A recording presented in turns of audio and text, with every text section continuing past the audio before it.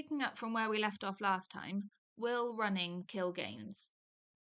Yes, but also not yes. So if you've never done any cardio before, or you've done very little cardio, and you start, then you're going to see quite a dramatic drop off in strength, perhaps muscularity as well. And this holds true even if you're somewhat familiar with doing cardio and you kind of ramp it up a little bit.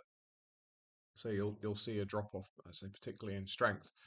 But what I've found is if you push through the discomfort of having a little bit less weight on the bar, maybe looking a little bit smaller for 2, 3, 6 months, you'll come out the other side as strong as you were, potentially stronger than you were, and also considerably leaner as well. So basically, whatever strength you lose, you'll eventually regain it, and then some, because the increased cardiovascular capacity um, will enable you to train more intensely. So, example would be, massively up the density of your training. So, doing more work in the same amount of time. So, a simple, basic, reductive example would be, you go from being able to do, I don't know, 15 working sets in half an hour to 20 working sets in half an hour. It's more quality work being done in a narrower space span of time. We'll obviously see improvements in performance off the back of that. So there you are. Who's listened to our previous podcast will know that you weren't really sporty as a kid. And obviously, your newfound enjoyment of, well, newfound interest in cardio. If you could have done any sport as a kid, what would it have been and why? If I could have done any sport as a kid, I don't really know because I don't like sports. I've never liked sports. I've never enjoyed sports. I've never watched sport, so I don't think there would have been. What I would have liked to have done as a kid, and what I would have preferred to have been encouraged, is outdoor play. So cycling, running, jumping, rolling, all that sort of stuff that kids are supposed to do, and they do worryingly little of nowadays. But I was one of the unfortunate minority in the 90s who barely played outdoors. That would have done far more for me than kind of getting involved in any sport. I've never really been a people person, you see, so I want to do team sports, and the solo sports I can think of. Yeah, no, none of them appeal. So a bit of a non-answer, but there we are. Fine. Um, one of your, why do you say strong and in shape? Why do I say strong and in shape? Well, because you don't want to be one without the other. I know plenty of in shape people who can run really far but would buckle under a stiff breeze. And I know even more people who are very strong who look like walking heart attacks. You need to pursue them both together. One without the other is a recipe for disaster in the long term. And it's also very limiting as well. Unless you're going to go all out and pursue uh, extremes are with powerlifting. If you want to be a powerlifter, a top powerlifter, a top heavyweight powerlifter specifically, so forget the weight class, you're going to go in the whatever it is plus 100 kilo plus category where there's no upper limit. Well, then yeah, forget the in shape part. I mean, you're probably going to die at a young age, and you'll certainly retire out the sport relatively young due to injury. But even someone who's into powerlifting, if you're lifting in a weight class, which is most people, you need to maintain a decent level of in shapeness to hit your weight class and not get fat, right? Yeah. I think it's an interesting one because it challenges people's assumptions as well. People don't like, well, sorry, it doesn't challenge assumptions; it challenges attitudes because lots of people who get into lifting weights, particularly, do it because they're they're a bit overweight and don't like running and don't like doing cardio and stuff. So you challenge them by pointing out that they're not very in shape. They might think that they're strong, and they might think that they look good aesthetically, but invariably they don't. A classic example being, the rugby lads rocking the BMI of like 28, 29, or even 30.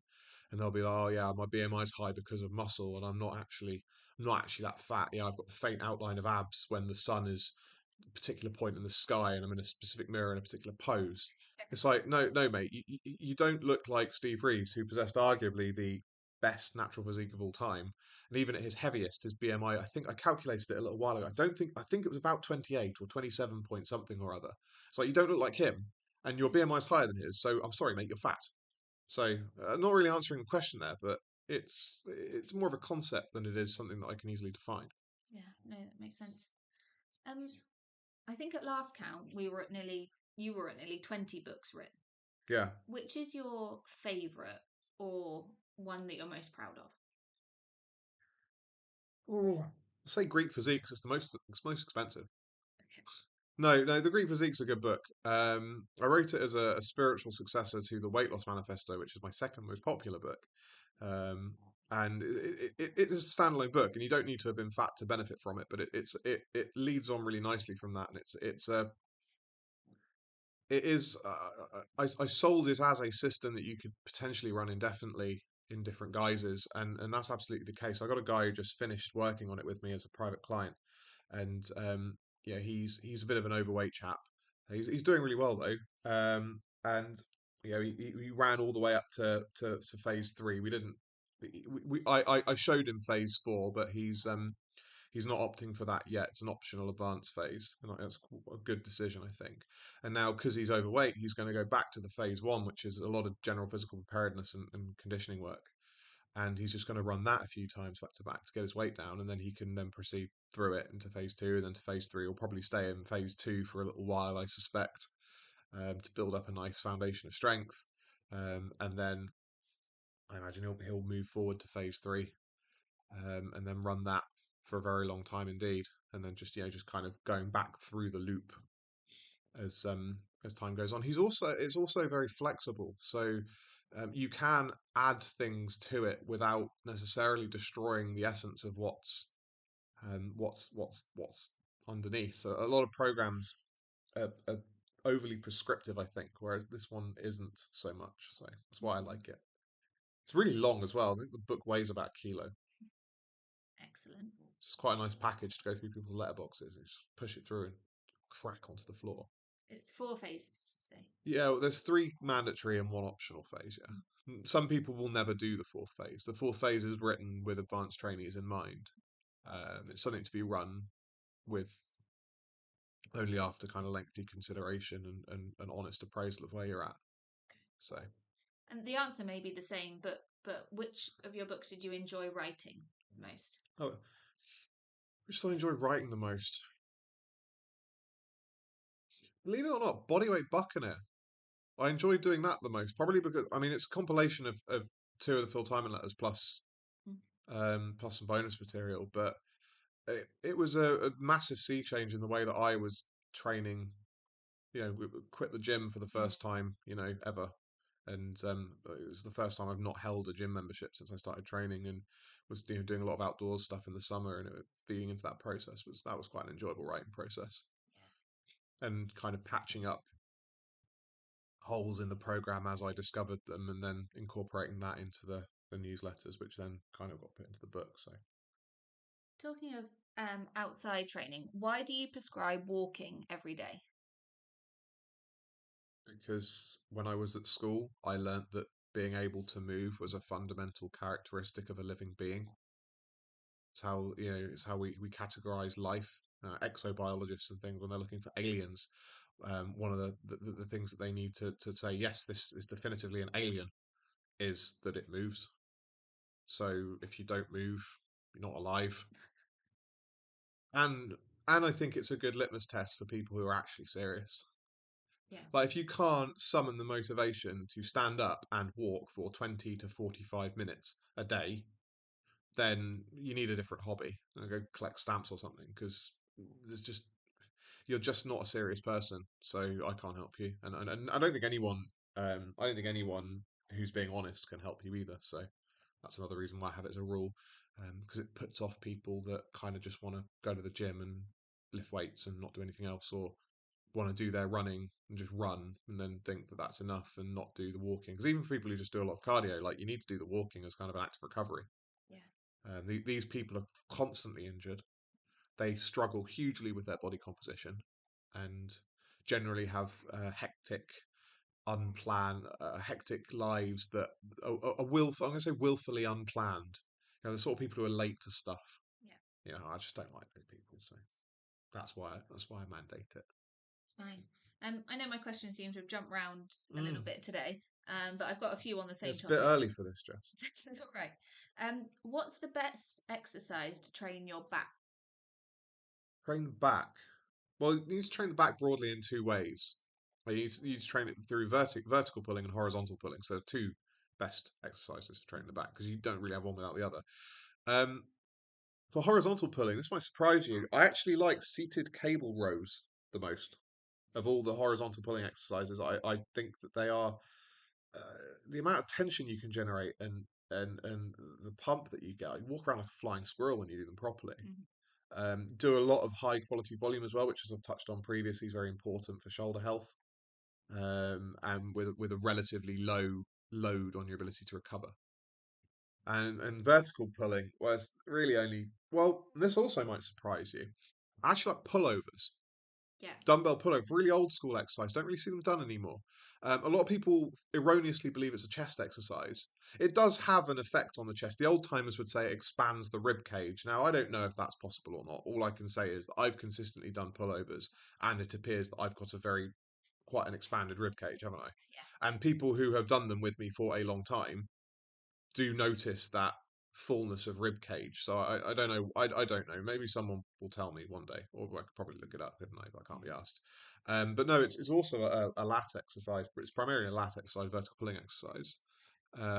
It's not something that you should do for a long time in the absence of proper vertical, well, I say quote unquote proper vertical pulling exercises like lat pull downs and pull ups. But it is my favorite. You asked what my favorite was, so that's my favorite. Is that the one that the Nautilus Yeah, the machine? Nautilus pullover machine, which is the best way to do it. If you don't have a Nautilus pullover machine, use dumbbell, obviously. But yeah, the Nautilus pullover machine is like the best back is the best piece of equipment in the world. I just think they're brilliant. Yeah, Cool. I want to buy one for our house. We're not having one. We do not have the space. My next two questions, I don't know if they're. Don't think we have £5 to spend on a Nautilus pullover machine either. No, that's very true. And even if we did, we wouldn't be spending it on a Nautilus pullover machines we have. Yeah, okay, fine. I have two questions. I don't know if they're things you can answer on a podcast. How do you overcome a back injury, and what do you do to solve an achy back? Oh yeah, I'm not answering that. Yeah, the answer to that question is you go and get the cause of the achiness or the injury diagnosed by an appropriately qualified medical professional, which is a physiotherapist or a doctor, both registered with the appropriate medical body. So Health and Care Professions Council for the physio and General Medical Council for the doctor. Don't go and see a chiropractor. Don't go and see a PT for a personal trainer. Don't go and see a physical therapist. These people are not they can do some good work, but they are not the person you should be going to as a first port of call when you're injured. You need to go to someone. It is a medical problem, so you're going to see a medical professional, and then you do what the medical professional says, even if it's stop training. You've got to do the stuff, even the stuff they say they don't like. If you don't like it, you still got to do it. And that's the answer. There is no other answer really. And anyone who came to me, I would be asking what has their doctor prescribed, and they'd just be telling them to do that. Mm. So in terms of like working with a personal trainer, if you've got an injury like that, firstly, I would recommend in person. I wouldn't be working with someone online because really what you're looking for is someone to guide you through the exercises that have been prescribed by the physio to do them optimally. And obviously, you can't do that virtually, can you? Because online PT is mainly the delivery of a program and the kind of psychological support around that and modifying it, that sort of teaching self sufficiency. Whereas you would need hands on help and guidance. So that would be that's the answer to that question. So there we are. Probably going to disappoint a lot of people. Potentially going to arrange a lot of PTs who LARP as doctors as well. But if you want to be a doctor, go lift some heavy ass books and go to medical school. But the chances are you're too thick to do that, which is why you want to play act as well. So. And you have had people in the past say, "My doctor says stop training. What should I do?" Oh yeah, so I don't even reply to those emails anymore Yeah, unless it's a client. But I've not had a client who's that stupid for a long time. But no, if anyone who emails me words to that effect, I just ignore them because they're just stupid. Like the doctor says, don't do something, don't fucking do something. It's not yeah. hard. And my list of questions has run out for today, so you have to give me a chance to write some more. Fine. So that'll be the end of the podcast then, won't it? If you like the video and you've gotten all the way through here, like the video. Hopefully the audio wasn't as terrible as someone pointed out to me was the other day. But if it is, oh well, we're working on it. Um, Better than liking the video and subscribing to the YouTube channel though is subscribing to my email list if you're not in it already. You can do that at the URL that's on the screen, philtiming.co.uk. You cannot miss the opt-in form. And yeah, on that note, we are done yet again.